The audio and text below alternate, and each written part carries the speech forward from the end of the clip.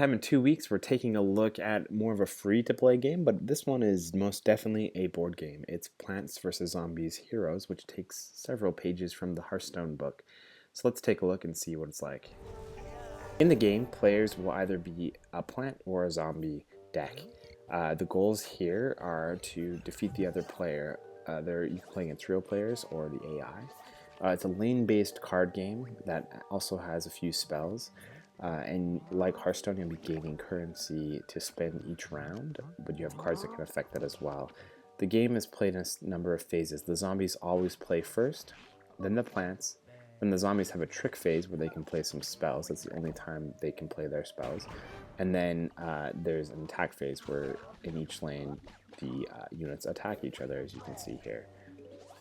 There are a number of special abilities that each of the units can have, and the game does a good job of explaining each to you and giving you quick tooltips if you need them. So again, your goal is to take down the enemy's health to 0, and once you've accomplished that, then you win. It's a little more complexity than that, but those are the basic rules of Plants vs. Zombies Heroes. What really sets this game apart and makes it actually pretty interesting to me is the two sides play pretty asymmetrically. Because you're always playing first as the zombies, you're going to play differently than a plant player. Plant players can react, whereas the zombies can react to a certain extent, but not in the same way. It really feels different and is really unique for one of these digital card games.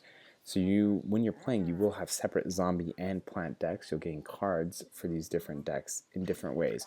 So you're not going to be always playing the same way. And if you want to switch things up, you can switch to a zombie deck to have a different experience, for example. This is a free-to-play game from one of the masters of free-to-play games, PopCap.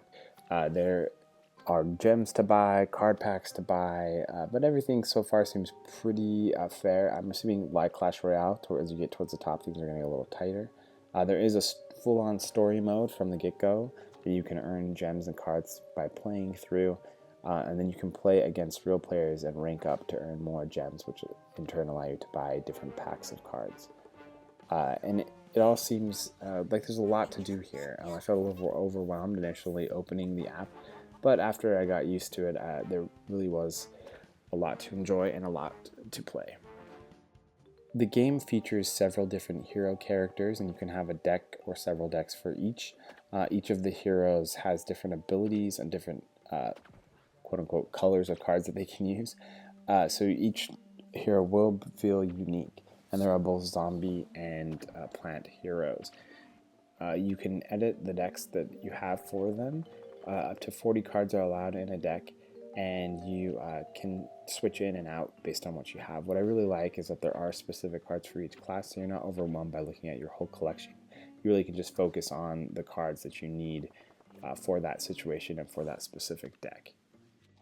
Plants vs. Zombies Heroes is somewhere between Hearthstone and Clash Royale.